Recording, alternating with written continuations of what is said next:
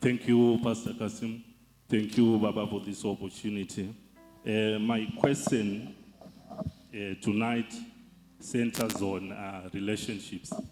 These are general relationships, but more specifically between siblings, a brother to brother relationship or brother to sister relationship, friendships between workmates or just general friendships, and also between maybe a pastor and a church member or a congregant. So my question is in relation to setting boundaries. How do we set boundaries? And also when people then overstep those boundaries in those different types of relationships, how do you communicate that you are now overstepping the boundaries without hurting the feelings of the person involved? Maybe as an example, for example, me, before I got married, me and my brothers, we used to share clothing. They would even just come into my room without knocking. But maybe now that I'm married, they can no longer wear my clothes because my wife maybe doesn't approve of that. So how do I communicate to my brother those new boundaries without hurting his feelings? Or even a friend who just comes into my house, opens my fridge, takes food without my permission. Maybe I don't like that way. Then how do I communicate without hurting the feelings of that person? Thank you. Powerful. Powerful. In short, but I'm Rovi. All right. I just want the environment to be, there has to be a realization that anything chisiri communicated, chikaitwa chisina kunge chataurwa kuti achidiwe aisi mhosva. For instance, inini sapastor panapa, there is a way I have to communicate with everyone here, and there is a way andinofanira communicate nema leaders here. There's a way andinofanira communicate nema pastors here, and ndikaona pastor asiri kuita something that I expect done but I did not communicate it, andifanira kutsamwira pastor, ndofanira kutsamwira foolishness yangu yekuleka communication. So any relationship, whether kubasa, mumba, my brothers, my sisters, the first thing is communication. Now the truth of the matter is, one way or the other, you can't avoid hating munhu waunoda nekumuudza zvinhu zvausisade zvamane nguva muchiita. Inini handichafarira game yekuti unongopinda pamangu wongotora hembe dzaunoda. Izvoka zvane 16 years zvichiitika izvi. And then zvakuchinjwa nekuda kwa maybe ndimaiguru kana mainini vasvika nhasi. Unofanira kuitarisa from a point yekuti kana muchizonoicommunicata inofanira kunobuda isingaite sekunge maiguru vauya pakati pedu. Ndini ndakura ndisisade izvi. Okay. So iri communication zvayo yatsanangurwa ichibuditsa side renyu richisiya maiguru vasiri pachena vasina kushama. There are things to expect zvamusingagone kuraba zvamuchose, like iyo yamatoti, how do I avoid kuheta munhu wandinoda? You can't. Ndava kana aitori nepati inotokwara munhu iye achakwara. Kana anga aine character inoreceive communication even yema changes zvakanaka haakwari. Saka it's not about you kazhinji kacho, it's about the person ari kureceive new information. Now look at this. I used to have friends vandaitamba nawo inini before ministry, vandinotodana nasi, but handichakwanisa kucommunicata dzimwe nyaya navo nasi. But vanenge vachiri kuda maybe kuti tirambe tichitamba tichiri kumashure kwakuya, ende ukamuudza kuti inini izvi zvakati handichafarira because you outgrow certain things, inoita sekunge pride yekuti inini ndindachibaba handisina basa neizvi zvohwana hudiki izvi. So kuhetwa kwemunhu iyeye, kurwadziwa kwemunhu iyeye, kubatikana kwemunhu iyeye, it doesn't have much to do with you. It has everything to do with that person.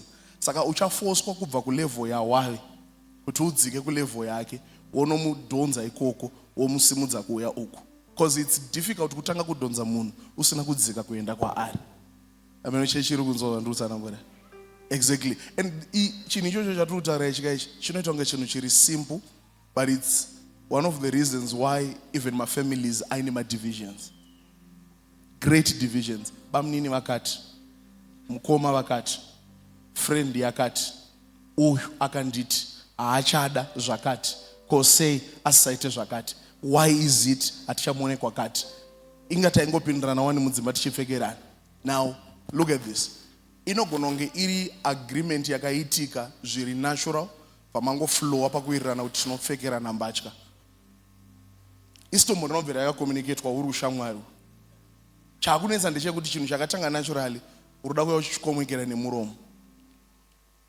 Unonetsa kubuda imomo.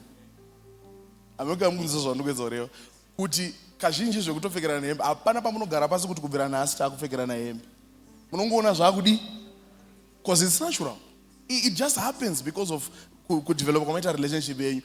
But the truth of the matter is, one way or the other, communicating it or not communicating it, one of the two will be hurt, whether the mature one or the immature one. You not communicating, zviri kuaffecta iwewe, uri kusvotwa, uri expect kuti anzwisise, iwe usina kutaura. Mukadzi wako iwewe kana ngatiti waroora, mukadzi wako iwewe ari kubvunza kuti naye chii chinenge chichiitwa nefriend yako panapa. Now, I'll give you another level here relationship as well.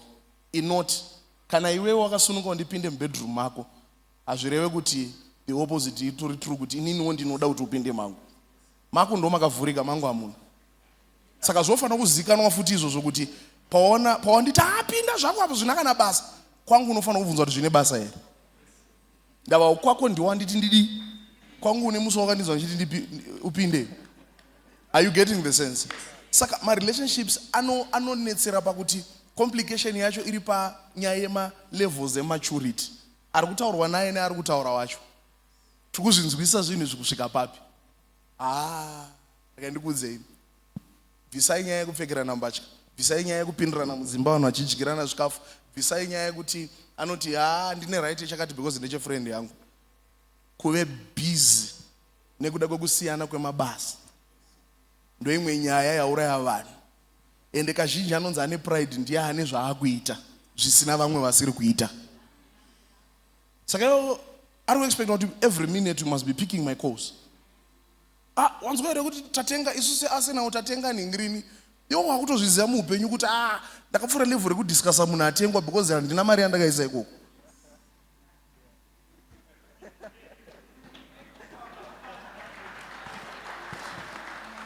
Saka mukutaura muchanakirwe neArsenal. Saka because you have outgrown these things. But my brothers ako achiri ikoko, my sisters ako achiri ikoko. Indakakura mufamily dzanzakadaro idzodzo dzekuti zvaita kunge zvisina communication yepamuromo, but zvaitika naturally. Pakamboona chinonzi chiramu chiya. Chakuti iwe bamunini nabankuru namainini nechi nechichi. Kwedu isu zvanga zviri kwesusu. Ndakakura ndichiona ana mainini vangu ana mai vangu vachipindirana mabedroom nechi. Ndakakura ndichizviona izvozvo. It was natural for them, it was okay for them. But when I grew up, it was not okay for me. I don't want to see anyone in my bedroom. Ude unotopinda ndakuinvite or paine zvaitika zvandati upindi.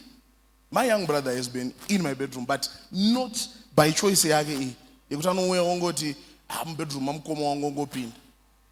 Mukoma wako havasi vega, wakasvika maiguru vakapaikira pamusoro pewardrobe unoita sei. I don't know if you are getting the sense. Treat us here, church.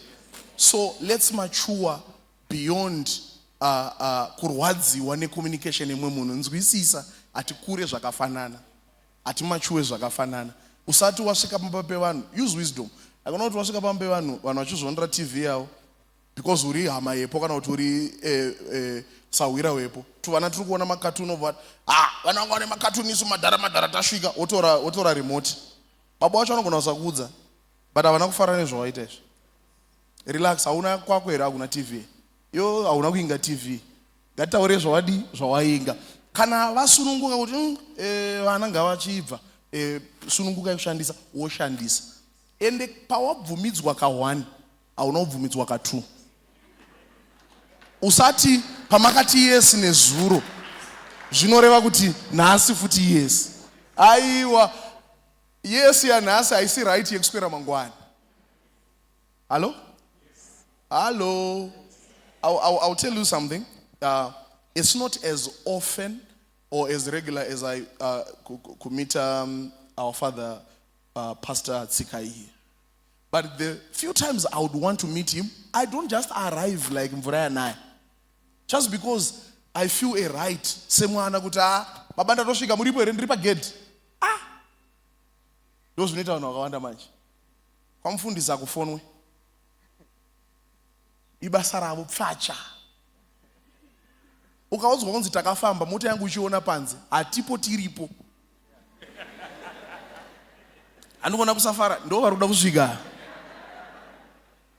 Aikona kuita a liability around my relationships. Dikau and don't overstay your welcome. Ukagamuchirwa, ukafarirwa, chibva uchiri kudiwa. Aikona kusvota vanhu zvokuti hey, ukanzwa vanhu pamba pavo vakuti sato 11. Adzisi 11 dzekutaurwa. Ngwara ndiyo uri kunzi chiendai. Havana imwe way yekukudzinga. Handiti ndizvoka? So respect my boundaries in my relationships. And my boundaries achanobhoera kuti haisi fence yepamba inooneka negedhi rinonokeka are invisible. And you can only know them or communicate. And also aikona kungoita zvinhu usati don't assume uri panzvimbo kuti I must be up or I must be doing this or I must be doing this. So zviri muukama ngatimake sure kuti not just communication but effective communication. Ntaura mavoice awari padenga unotofunga kuti ari kukutuka yachikuudza nyaya. Right. We also need to learn some of these things. Kudzora muromo wako kuda kutaura certain things. Iri wedhi rinofanira kubuda rakadai here. Train yourself. Train yourself. Kune vanhu vakawanda. I saw a guy recently ane mushandi wake. Waaitemba naye zvisingaite was an assistant. So this guy is into real estate. He has made millions of dollars through real estate. And then he won a customer over, but because of mamwe schedules angai now, nemamwe customers aifana kutaura now, akaenda over to his assistant. So the guy arikufana kustrike a deal over rapera about 9 million dollars. Deal iroro. I saw the video because I record the video aripa call because he wanted to make a lesson out of this. I don't know, can I win this person back over or not? So what he did was he gave that guy number ya assistant wake. Asina kuudza assistant kuti kune munhu achafona. He just forgot. The way munhu madairo akaitwa na assistant. Akabva ngokansela akati deal rere it's now off. He lost 9 million dollars because PA wake haana kudzidziswa matauriro. Language. You wonder why the Holy Spirit dera akasvika chaakatanga kuchinja vanhu muromo. They spake in tongues as the Spirit gave them utterance. Vamwe venyu munotaura nema languages as demonic spirits give you utterance. Mutauriswa na Satan. The opposite is always true. Kana kuna mweya muswene kune demoni. Remember what we spoke about yesterday, the will of spirits. Kuti kana pauri pane mweya tu iruda kupinda. Pana mweya muswene aruda kuinfluence my decisions, pane demoni. You understand? Jesu ari kutoti kuna Peter, iwe nyama neropa rina kuzarurira. Muromo wako wavhuriswa ukatauriswa zvinhu namweya muswene. Next minute, get thee behind me, Satan. So you need to train yourself even spiritually in prayer and also physically. Kana zviri important kwauri zvandokutaura izvo. You can even buy books. Watch my podcasts. Mazano zvako, iproblem yako ndeyoti YouTube yako yese yakazara ma-skits, ma-comedy, anamusoro bhangu nanani. Ndoega unoona, fine, 10 minutes. There are platforms aripo anodzidzisa effective communication. Unogara say, do you realize magariro akaita vanhu vese vari panapa ane communication indotoziya kuti kuitwa kwakaitwa makumbo nevanhu 1 2 3 4 5 zvisina kuti wana ava neni ndotoziva kuti chii. Isusu tiri true tikucommunicate kuti we are used to this podium. Zvamamusina kunzwa imimi but makumbo edu ari kukuudza izvozvo. Matsikiro andakaita apa itori communication. I'm in charge. I am not. So am I saying it's wrong like this? No. kune intonzi body language inototaura kuti okay kana munhu akadai zvikureva zvakati. Yes, you see what my friend is doing over here, he is relaxed. Vakaisa rimwe gumbo apa. Kune dzimwe church pride. Panapa, I know he is feeling comfortable. Pamba pao, he is at home. Are you getting the sense? Exactly. So yes, ikomika zvinoda kudzidzwa izvi. Zvinoda kudzidzwa kune munhu wekuti anoluza something chapiwa naMwari nekuda kwekuti physical ana kugena wisdom dzinoita kuti asustain that environment.